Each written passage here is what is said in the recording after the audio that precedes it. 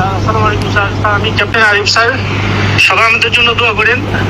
এখানে স্যার 4-5 জন মারা গেছে স্যার। ওয়ান ইজ আইডেন্টিফাইড, আমরা ওকে চিনতে পারছি না স্যার, এবং বেশ কয়েকটা 4-5টা বোমিং হয়েছে স্যার।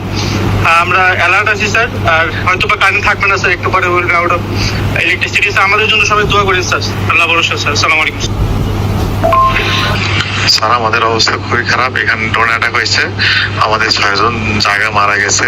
6 জনের আশঙ্কা খুবই আশঙ্কাজনক। 6 জনের মধ্যে একজন মানে আল্লাহ, তুই কতক্ষণ বাঁচে রাখা আল্লাহ জানে। আমাদের এখানে এখন নাই, ফুয়েল নাই, কোনো কিছু নাই।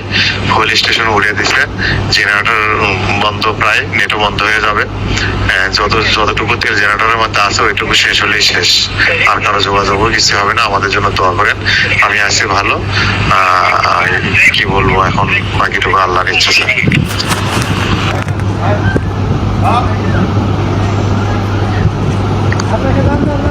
অবস্থা খুব খারাপ। আমি এই ক্যাম্পে আছি, 5 জন অলরেডি মারা গিয়েছে। আমি এই ক্যাম্পে আছি, অবস্থা খুব খারাপ। এই ক্যাম্পে এখন নেটও থাকবে না, কি যে অবস্থা হবে আমরা বেঁচে থাকতে পারবো কিনা জানি না।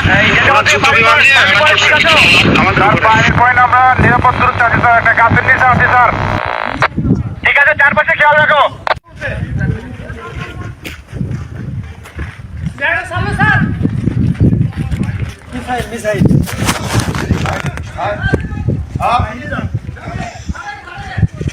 আপনাকে যান যান যান। আল্লাহ রে আল্লাহ, আরে আল্লাহ। পানি পয়েন্ট ঠিক আছে স্যার। পানির পয়েন্ট আমরা নিরাপদ দূরত্বে আছি স্যার, একটা গাছের নিচে আছি স্যার। ঠিক আছে, চারপাশে খেয়াল রাখো।